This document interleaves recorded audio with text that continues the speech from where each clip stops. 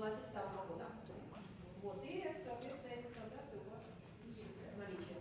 Значит, смотрите, во-первых, я скажу, что стандарт, напомню точнее, что стандарт – это нормативный документ. То есть он обязателен для всей системы образования. И у нас 3 государственных образовательных стандарта.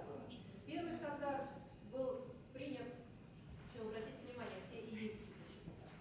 Очень нравится всем вот эти стандарты, видимо. 23 июля 2004 года. И этот стандарт впервые ввел понятие как бы деятельностного отношения к системе образования. Но там были свои проблемы, в частности, с выделением образовательных областей.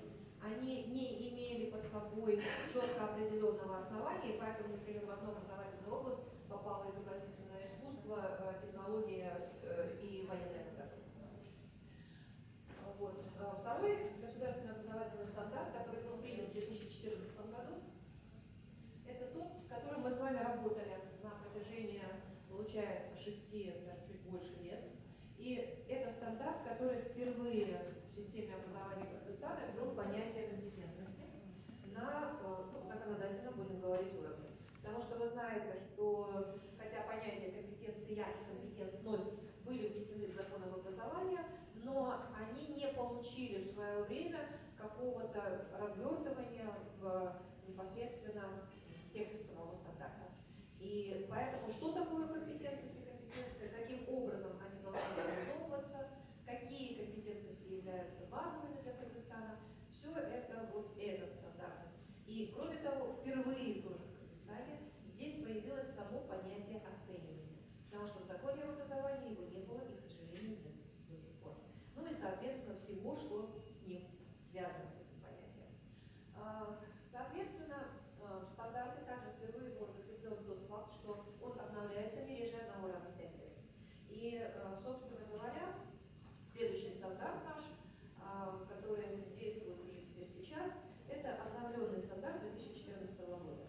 Да, потому что там было закреплено, что стандарт, в зависимости от того, насколько полный или наоборот не полный, он отвечает потребностям системы образования, он может быть либо изменен и дополнен, либо, если это необходимо, нужно будет писать новый стандарт. Ну и поскольку мы до сих пор не реализовали элементы, то стандарт был обновлен и утвержден кабинетом. Соответственно, что для нас важно?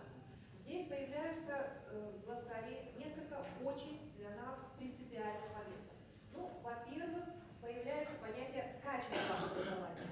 Это на нормативном уровне, буду говорить, закреплено впервые. И мы впервые видим, что это степень соответствия результатов образования ожиданиям различных субъектов образования. Почему это важно? Раньше у нас нормативные документы говорили о том, что как бы был документ для самой системы образования. Здесь впервые мы видим, что стандарт – это документ общественно согласованных требований к системе образования. То есть он выходит за пределы собственной системы образования. И не случайно появляется у нас и в законе, в проекте, точнее, нового закона об образовании, появляется понятие экосистемы образования. То есть это организация образования, которая связана со всеми, кто заинтересован в получении образованного выпускника, давайте скажем так. То есть это и работодатели, это органы власти, это родители, ну и так далее и тому подобное. Вот это очень важный момент. Документ впервые перестает быть ведомственным и впервые, так сказать, становится общественно значимым. Поэтому его пытались, насколько это возможно, писать достаточно доступным языком. Появляется понятие образовательный результат, образовательная среда. Понятие обучения, оно просто немножко трансформировано, раньше оно тоже было. Вот образовательная среда появляется понятие впервые.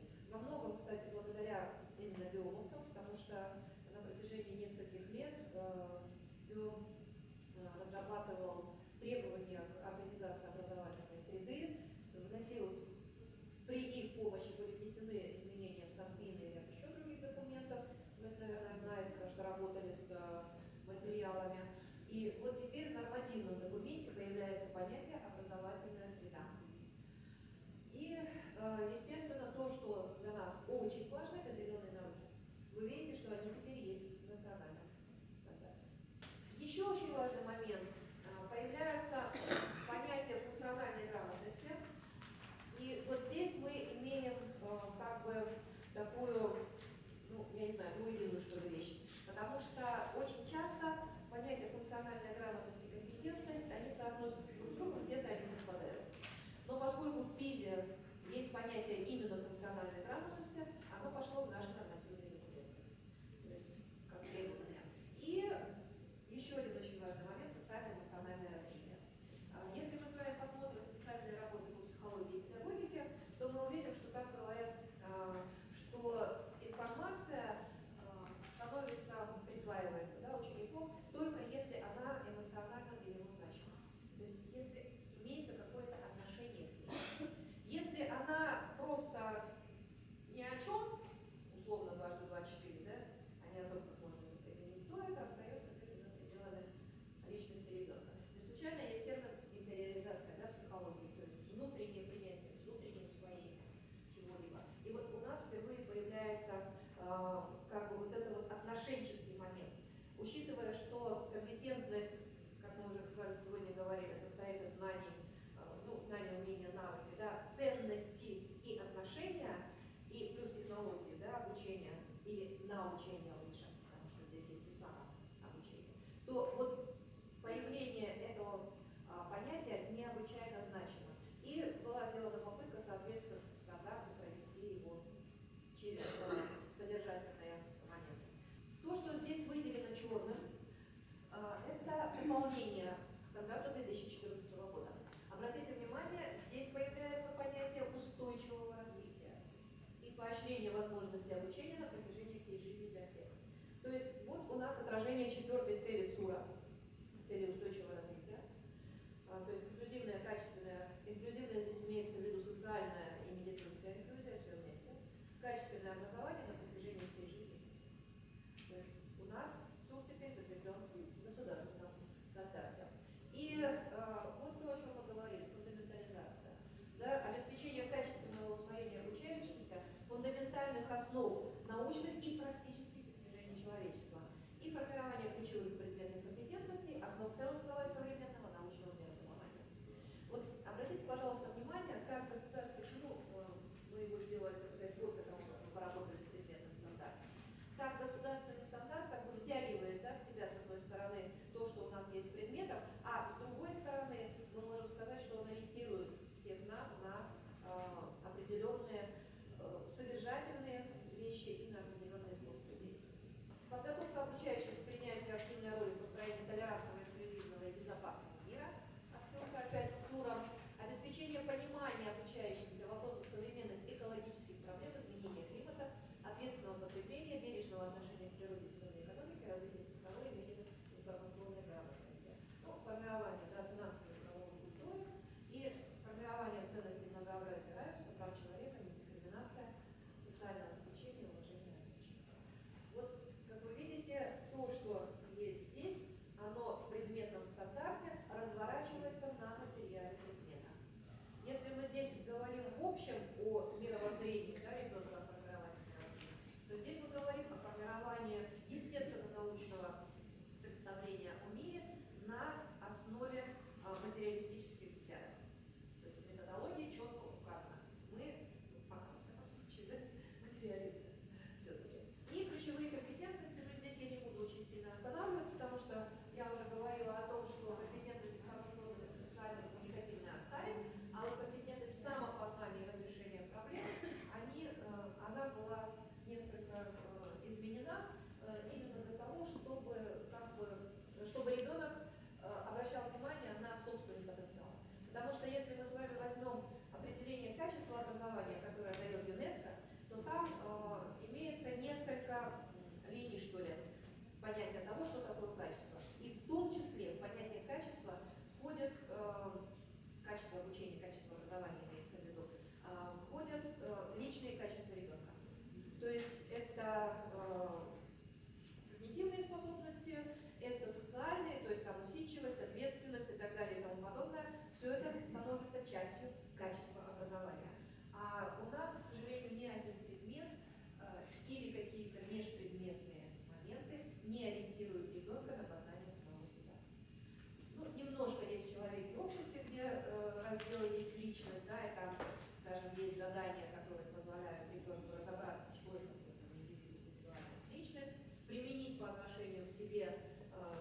проверить, да, какие-то свои личностные качества, но фактически это и все. А здесь нам теперь надо думать, как на всех предметах ориентировать ребенка на познание каких-то своих, ну, хотя бы интересов, да, там, способностей, содействовать этому, давать возможность ценностно оценить, получается, ну ладно, вот, какой-то материал, сделать его своим собственным, понять, для чего он нужен ребенку, ну и так далее. И таким образом способствовать самопознанию. Можно следующий слайд? И именно поэтому обратите внимание, что самопознание расписано на аспектах и по 3 уровням, ну, так же, как и все остальные компетентности. Это самоощущение, самонаблюдение и самоанализ. То есть, как вы видите, это идет по нарастающей, да? Самоощущение – это чисто такие эмоциональные отклики первичные, может быть, да? Самонаблюдение – это уже более высокий уровень, и самоанализ – это уровень, который позволяет ребенку сделать на основе этого самоанализа какие-то выводы конкретные, какие-то конкретные шаги. Ну и, соответственно, репродуктивный, продуктивный, креативный. Не буду сейчас на этом останавливаться, у вас все это расписано в стандарте. Можно следующий слайд? Образовательные области, они несколько изменились. У нас была языковая, да, и литература была отнесена в область искусства. Вот сейчас, к сожалению, с моей точки зрения, все это поменяли. Но, естественно, научная образовательная область осталась без изменений. Она по-прежнему, можно следующий слайд, включает в себя те же предметы, что и есть здесь. И когда стандарт еще 2014 года, там его тоже дополняли в 2018 году несколько, там появилась, помимо биологии, географии, естествознания, химии, физики, появилась астрономия. Вот до этого она не упоминалась, но и в том варианте стандарта, и в этом астрономия у нас присутствует, то есть как часть, естественно, научно-образовательной области. И, собственно говоря, если мы посмотрим, я специально вынесла 2 области: социальная, она тоже чуть-чуть дополнена, и, естественно, научная область, определение ее тоже дополнено. Вот социальная образовательная область, обратите внимание, что появилась Кыргыз-Жираны. Это очень важно, потому что гражданственность воспитывается не только история там, человека, общества, литература и так далее, она воспитывается на каждом предмете.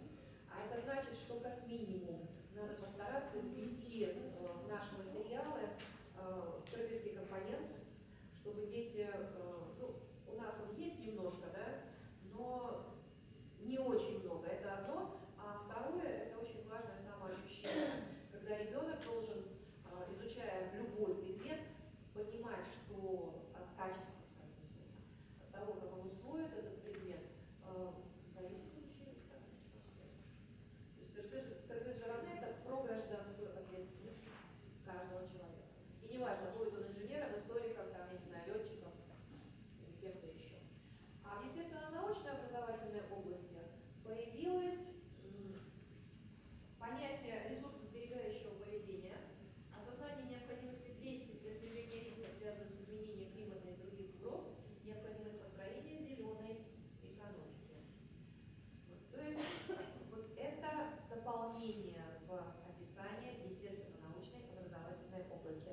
И обратите внимание, как глоссарий, вы видите, реализуется, да, через содержание стандарта. Можно следующий? Ну, предельно допустимая нагрузка, не буду особо об этом говорить. Хочу только отметить, что... Да, это базисный учебный план.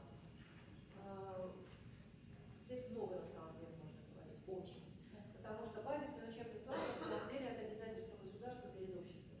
В зависимости от того, какие там предметы, сколько часов на какие предметы выделяется, мы, так сказать, можем судить о том, что именно нужно государству, да, на что оно готово тратить ресурсы и так далее и тому подобное. У нас пока, к сожалению, учебный план делается из принципа: вот здесь 2 часа, вот здесь 3 часа, давайте мы сейчас возьмем, поставим в другое место. Поэтому... Это сейчас действующий? Вот это да. Это будущее. Нет, это действующее. 22 июля 22 года это действующий компонент. 10-11 класс где-то. пока стандарт, извините, базисный учебный план, он разрабатывался в мае 2022 года, до того, как был принят этот стандарт. В этом плане в следующем году должен. А вот школьный компонент, сколько 2 часа там тоже? Да. Ну, должно же меняться. Должно. И если вы посмотрите стандарт 2014 года, там на самом деле было 10% от школьных компонентов. Но, к сожалению, у нас не получается пока его ввести, потому что в таком объеме, потому что это деньги большие, имеется в виду, это специальные учебники, потому что школьный компонент это на самом деле ответ на потребности детей, потребности родителей, это могут быть спецкурсы, да, это могут быть факультативы, это может быть какие-то, ну, кружки у нас выходят на доп. Образование, да, вот. Но во всяком случае это то, что школа может предоставить ребенку, но оплачивает государство. И вот здесь вот отсюда проблема. Ну, очень большая проблема, да, но пока мы не дадим школам больше самостоятельности, потому что это тоже формирование учебного плана. Но здесь уже школа ответственна за это формирование. Я согласна с вами. Согласна с вами. Вот, поэтому здесь, ну, это нужно понимать, что учителя тоже говорили. Это очень важно. Вот будете проводить там, допустим, семинары, поговорите, согласны ли учителя с тем, что 1 час или 2 хотя бы. Значит, нужно направлять в Кыргызскую академию образования, скажем так, запрос от учителей. Потому что учебный план надо формировать заново, это понятно. Как он будет формироваться, я вам на этот вопрос сейчас ответить не могу. Потому что это очень болезненный вопрос для всех. У меня, например, по истории в 9 классе было 4 часа, потому что там появляется новая история, да, там часть новейшей истории, а у меня сейчас 2 часа. Половина. Раньше, скажем, на Великую Отечественную войну, если мы говорим о воспитании, было 20 часов Великую Отечественную и час, получается, на историю Кыргызстана, ну плюс еще, естественно, 20 часов входил. И плюс 2 часа было на Вторую мировую. А сейчас на все там все 2 часа. И здесь воспитывать, конечно, надо, но тоже очень сложно. Максимум, что мы успеваем, это проговорить там основные как бы, компании, да, военные. Ну, где-то пытаемся. Вот. Поэтому вопрос часов, вопрос очень болезненный, я это прекрасно понимаю. Что важно, впервые в стандарте появилась 4 глава организации результата учебного процесса. И, соответственно, модели выпускника. Пытались еще в 2009 году, когда только начинали работу над стандартом, разработать такие модели, но они не получились, потому что не было запроса тогда общества, будем говорить так, от работодателей и так далее. И получилось такое очень расплывчатые какие-то вещи, и было принято решение убрать это из стандарта. И вот теперь впервые в стандарте такие модели появились, причем по уровням для начальной, основной и средней школы. Можно следующий? Ну, я здесь тоже выделила черным то, что имеет отношение непосредственно к естественно-научным, да, вещам, то есть обладает представлениями о человеке, природе и обществе, взаимосвязи и взаимозависимости, осознают себя как гражданин, это вот кыргыз-жараны, то, что где для всех, обладает умениями определять причины возникновения проблем в учебных и жизненных ситуациях и разрешать их. Это в том числе, естественно, мы говорим о компетентности, да, самопознания и разрешения проблем. И как бы проблемы и противоречия, они есть и в естественных науках. Ребенок должен понимать, где, скажем, проблема сохранения климата, да, или последствия, как это разрешать, ну и так далее. Но здесь уже больше, потому что здесь у нас осуществляется самостоятельный поиск, обработку, в том числе с использованием информационных технологий, анализ информации из различных источников для принятия обоснованных решений. Естествознание, это, естественно, у нас выходит на принятие, скажем, экологически значимых решений. Да? Как, каким образом, на основе какого материала и так далее и тому подобное. Владеет навыками организации самостоятельно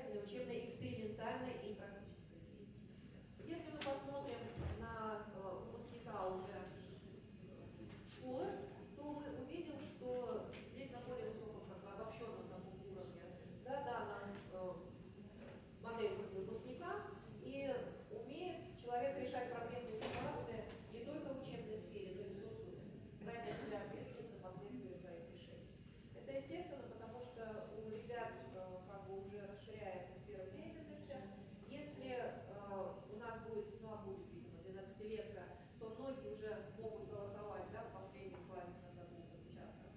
Если они, скажем, пошли с 8 лет в школу, там, с 7,5 и 12 лет, это им будет уже по 19. То есть, в принципе, они могут голосовать, будучи еще школьниками. И это вопрос принятия решений, в том числе выбора того, за кого голосовать, и экологические последствия, так сказать, программы, есть они, нету и так далее. Это дети должны понимать, что на что надо смотреть, да, здесь. Ну, то, что владеет навыками, это у нас уже все есть. Владеет знаниями и навыками применения социальных культурных норм в жизни в обществе. Работа с государственными и общественными структурами. В принципе, когда мы с вами, скажем, в той же биологии, да, работаем, дети должны понимать, что есть какие-то структуры, которые отвечают за сохранение биоразнообразия в Кыргызстане, да? Они должны знать, что такое акция общественная, скажем, в защиту того же самого биоразнообразия и изменения последствий климата и так далее и тому подобное. То есть вот эта модель ориентирует, какие навыки, какие компетенции должны иметь выпускники определенного уровня, а наша уже с вами задача переложить их на материал своего или своих предметов. Иметь жизненную стратегию, да, по сохранению и развитию своего физического, психического и нравственного